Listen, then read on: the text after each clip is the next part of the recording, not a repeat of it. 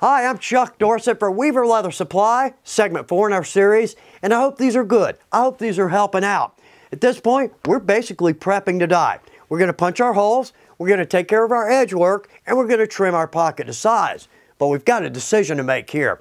All right, so anything I use in this video, weaverleathersupply.com, or check below. We've got links there, going to take you straight to our website. Also, if you want to know when our videos release, just click your notifications. You'll know exactly when these come out. So let's step over here and mark to punch our holes. In Leathercraft, we even have multiple tools to mark a simple hole. Well, we'll talk about a couple of these because there's some good points here. But I want to bring this up because I forgot to mention this. We're going to keep this, obviously. I hope we'll make this project again. But right here, our original feather, I've got a big baggie of artwork. I've just got all kinds of basic pieces of artwork that I can draw on for my projects. I hope we'll get to use that again. So on our scribes, this is my favorite. This is our Osborne Awl. Solid, heavy-duty tool. This is never going to fail me. It's got a relatively sharp point on it, but the big point here, no pun intended, when I mark a hole with this, I know exactly where that hole is. Yeah, I don't have to search for it.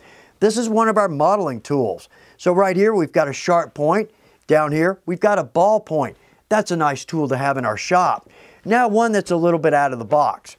If you ever go to a blacksmith event or demo, or maybe a knife show, blacksmiths make scribes much like we make belts. It's one of their basic projects. But if you have a scribe made from a blacksmith, that's going to last. Now the last, because yet again, our wing divider pops up. We can use this all kinds of ways. The best part is, notice even with an inexpensive wing divider right here, our points come absolutely together. Now, say I want to mark a line. Say I don't want to groove. I simply want to scribe a line. I can open this up. It's going to scribe that line for me. If I want to, say, have a border on the design, I can open this all the way up, and I can drop in my design border knowing it's going to be perfectly parallel to our edge. But also, say we want to do some lacing and we want to drop our holes, say about 3/8 of an inch apart. Let's just mark, walk, mark, and walk. We know that's going to be perfect each and every time. And the same, say, with a belt. Say if we want to add spots in, say 1 inch apart, and I'm not measuring any of this, but the point is, so I can simply walk that down. Those spots are going to be exactly 1 inch apart. So again, a very inexpensive tool. It's a big help in our shop in a number of ways. Okay, well, you know, enough of that. Let's actually mark some leather. So let's start right here with our belt loops. We're going to have 2 holes on one end, 1 on the other. Easy enough? I can see those marks, absolutely. So over here, we're going to mark our main body, but we're not going to mark our pocket yet. We're going to wait until we see where this lands. Then we'll mark that. It's going to be a perfect fit every time. Now, the second time we make this pouch, we'll know exactly where that needs to be. Well, that depends. If we use the same weight of leather. So that's part of the reason why we're going to mark that last. So right here, we're going to mark for our snap. We're going to mark 3 holes on each side for our belt loops. And right there for our snap. Well, that's easy enough. Still making me crazy. Okay, so let's step over to our punch table, punch some holes. When we need to punch holes in our leather, we've got some great options. In fact, one of these tools will do something the balance will not. So let's start right here. The standard revolving punch, the center of every leather shop, but also a great tool to have in every garage. This is our German-made revolving punch. Good quality tool. Now our next, this is our compound action. I use this in most of our videos for one big reason. This makes it so much easier on our forearm. For those of us who are new, or for those of us who have to do a long line of round holes, that's going to be a big help. Now here's where we're going with this. My absolute favorite, and this is surprisingly affordable for the quality of tool that you get. So first off, forged. That's a solid tool. But also because of that, because of the weight here, that's going to help us when we punch our holes. Secondly, the quality. Listen to that snap. That is a clean movement on the revolving head. Biggest point, replaceable tubes. Here's the problem with these, and I love these, absolutely. But if we're doing a lot of punching, we're going to wear out 1 or 2 or maybe 3 holes. those are done and gone. We got to buy a new one. But right here, we could simply replace the tubes. I tend to use maybe a number 2, 4, and 6. So Chicago screw, lace, and rivet. So therefore, I can simply load this with those 3 sizes. So great tool for the price. Now, our drive punches. These are a great way to go, but we're only getting 1 size per tool. Now, the reason we're going to jump over to this, yeah, I've got to back up because I forgot the biggest point. So right here, we've got a mark that we need to punch. This is not going to reach. So therefore, we've got to jump over to a drive punch. Right here, all manner of sizes. These are our Osbornes. From 1/2 inch all the way down, I can't even read how small that is. That's a tiny little hole punch, but a very quality tool. Our master tools. Look at that tool. Is that not beautiful? Again, one you buy once. Now, we're going to use 2 different sizes here. So, for our snap hole, we're going to go with a 3/16 inch or a 4.76 millimeter. I want my holes, I want my posts for my snap and my rivets to be a little bit snug in that hole. That's going to be my best bite, but my best durability. So let's do our best to just hit that right there, centered. Very cool.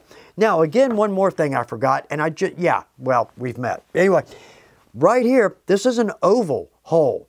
So for belt, the size holes in belts or strapping, we've got a more oval hole. Therefore, the buckle prong will lay down a little bit deeper. Okay, so back to where we were. So we've got our snap in.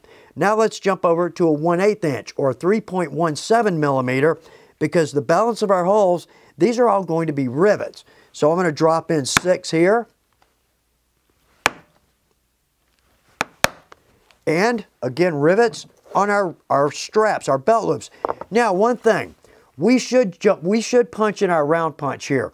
We're not going to for a very specific reason, and we'll talk about that next. But let's get our holes punched here.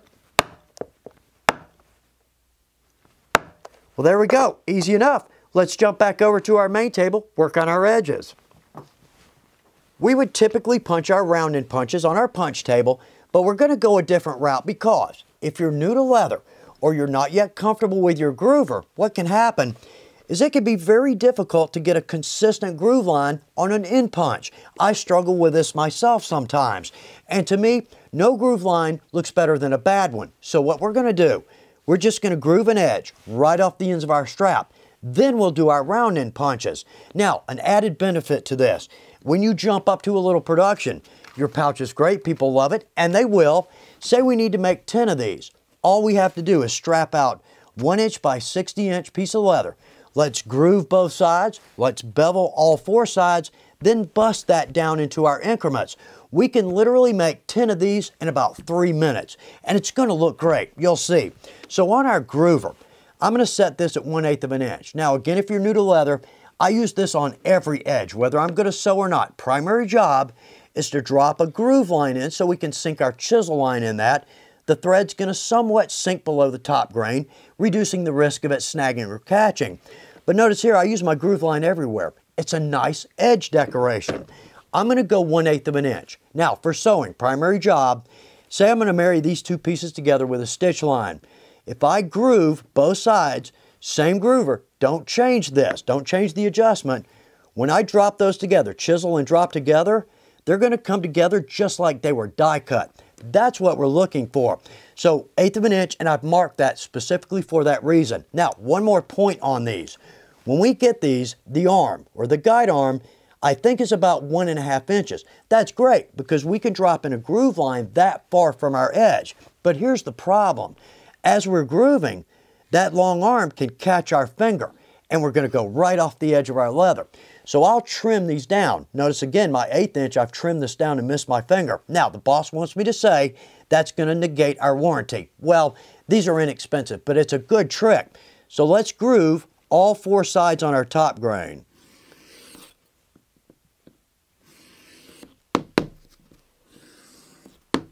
Okay, those look good. That's a nice touch. So next we're going to use our edger. This is our Master Tools. It's a number 1 edger. We're going with a 4 to 5 ounce. Now, again, same situation with our groove line. It can be really tough to get a good, consistent edge or bevel around an end punch. So therefore, yet again, we're going to run right off the end. But another benefit to that, I find it hard to start off the end of the leather. We can do it, but my point here is this. Let's start in just a little bit from our edge, and that to me always seems so much easier. Yet again though, we're going to clip that off. We'll never see it. So I'm going to edge all 4 sides on both straps. So 2 top grain, 2 flesh side.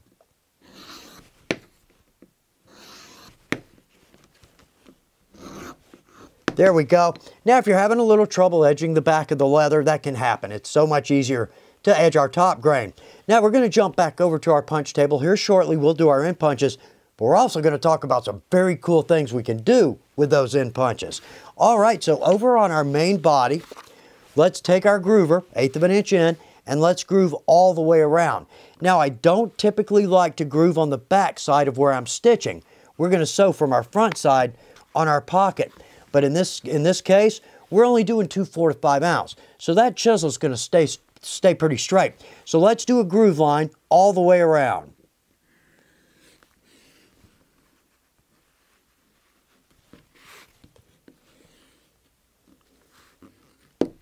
Well, there we go. That's easy enough. Looks good too. Now on our edger, let's edge all the way around on our face, but we're going to do a little bit differently on our flesh side.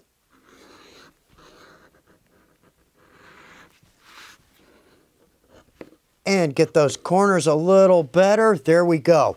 Yeah, corners can be a little bit difficult with this, but if we take our time, it'll look good. Now, on the back side of this, I didn't explain this very well. Let's do this. So what we're going to do is we'll glue our pocket down, we'll groove, and then we'll chisel from this side. If I've got a groove line back here, it's hard to hit that groove line. Well, we're just doing 2 lighter weights here, so that chisel is going to go straight through. What I want to avoid is, like say with heavier leathers, if I come inside of that groove line, then we're going to have a stitch line and a groove line, and to me that looks terrible.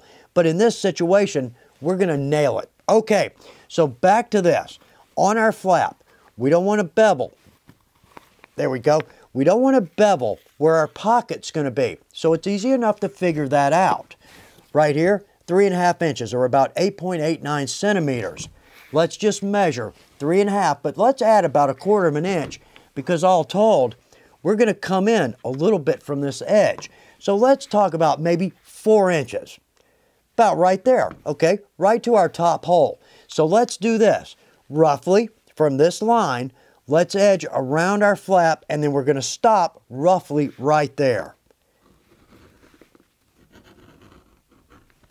There we go. Okay, so we'll slick our flap, and we'll slick our body with our pocket on that. This is ready to die. Let's reset here. Let's cut our pouch down, or our pocket down. I'm pretty happy with the way our pocket came out. That looks good. And again, thumbs and water. That's about all we're using. On this though, if we measure this out, say we're going to add 1/4 of an inch to either side, because right here, we're 6 inches, 6.5 here. So if I actually measure that out where it is, I'm coming up to almost 7, maybe 6 3/4 inches. Well, what's going to happen is we're going to trim this roughly 1/4 of an inch out from our bend. When we glue it down, we're going to press that in a little bit. You'll notice that kind of brings those edges to a little more square position. So let's do this. Now, non-slip tape on our square every time, and we're going to press down on this as hard as we can. Let's turn that. There we go. We can see that. Because what will happen is as we move through this, this is going to want to draw in a little bit, particularly right here in the middle. So I'm going to press down as hard as I can. So let's come out just about 1/4 of an inch from the downward slope of the side of our pocket there. And let's cut. Now again, new blade every time, because we want to make a clean cut on this.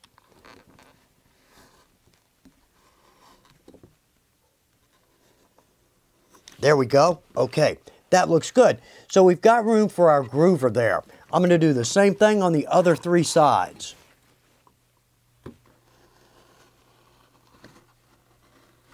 Well, there we go. Okay, that looks consistent to me. That's going to be a good fit. Now, on our corners, we've actually got a decision to make here. What we could do, we could always glue this down and then actually trim to size. That's my favorite way to go about this, but it's going to be hard to match that up. So we're going to cut this, then glue this on. Well, again, we have another decision to make.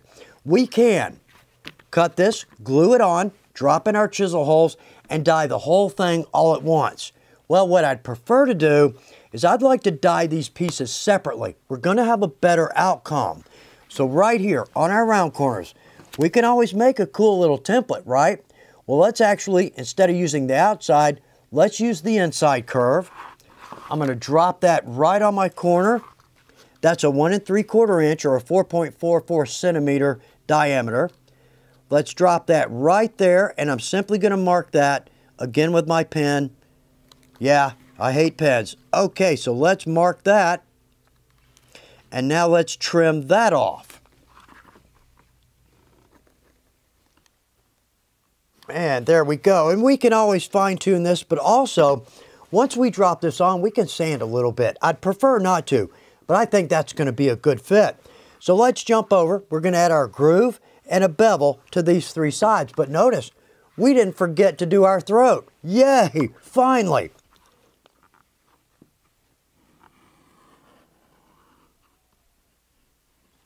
Okay, we've got a good groove line on there. That's going to give us a nice guide for our chisel line. Now let's jump back over to our number 1 edger and let's edge these 3 sides.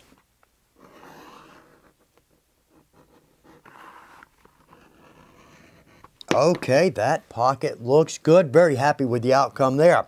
So let's take our straps, jump back over to our punch table. We're going to drop in round end punches on both ends of our belt loops. But we consider our punches more utility tools. We're going to drop in a round end punch, or an oblong, or an English, or belt tip, and we're going to move on. Actually, let's back up. There are some incredibly creative things we can do with our punches. So right off the bat, if we've got a pouch flap, let's drop in an English point, cut an easy curve coming out of that. That's very unique, very cool. Works great on a mouse pad too. A dagged edge, easy enough. And we can use just about any English punch that we've got in our shop, any size. Right here, these are our 2 smallest round end and English punch, 3/8 of an inch. Now I don't use these very often, kind of an obscure size because I don't often cut straps that thin. But right here, perfect for a scalloped edge. So many ways we can go with that. Now let's step that up, and we're just going to keep stepping this up. So let's find a stamp tool in our shop that's got a pointed design. Let's find a corresponding English point. That looks good. I want to add some dye to that to see how that looks. That simply is another stamp design. Now this I consider a craft fail, and you'll see why. So right here, I've got a camo tool, rounded bottom on that. I've got a continuous mule's foot. So I've dropped in a round end punch around that to match our camo tool. Well, in all honesty, that to me looks like a foot. So may not be using this on too many projects, but we're just playing here. Let's see where it takes us. So let's start using combinations of our tools. So right here, I love this, and I'm still trying to find a place where this is going to work best. English point, round end. We're just clipping off the point of that. That's pretty cool. Right here, let's move that round end in, or the round hole. There we go. Let's move that in with an English point. Got kind of a picket fence feel to that.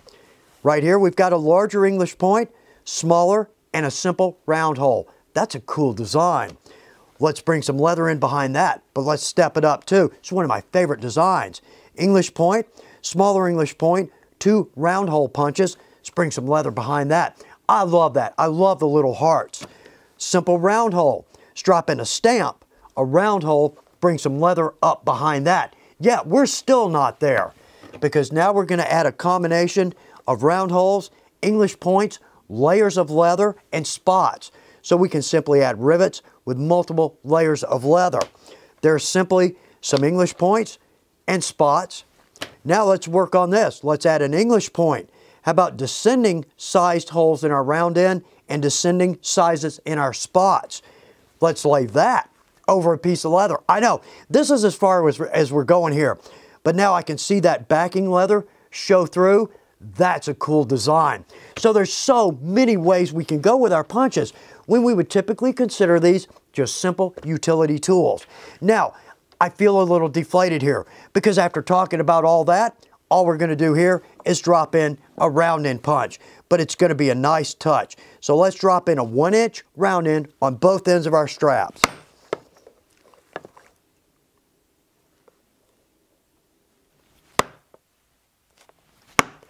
Very professional. That's what we're looking for. But also, let's back up a little bit. Remember I mentioned getting a groove line around that, it can be a little bit tough if we're new? You notice I'll never see that. That actually looks great to me. All right, one more point. Yeah, one more point.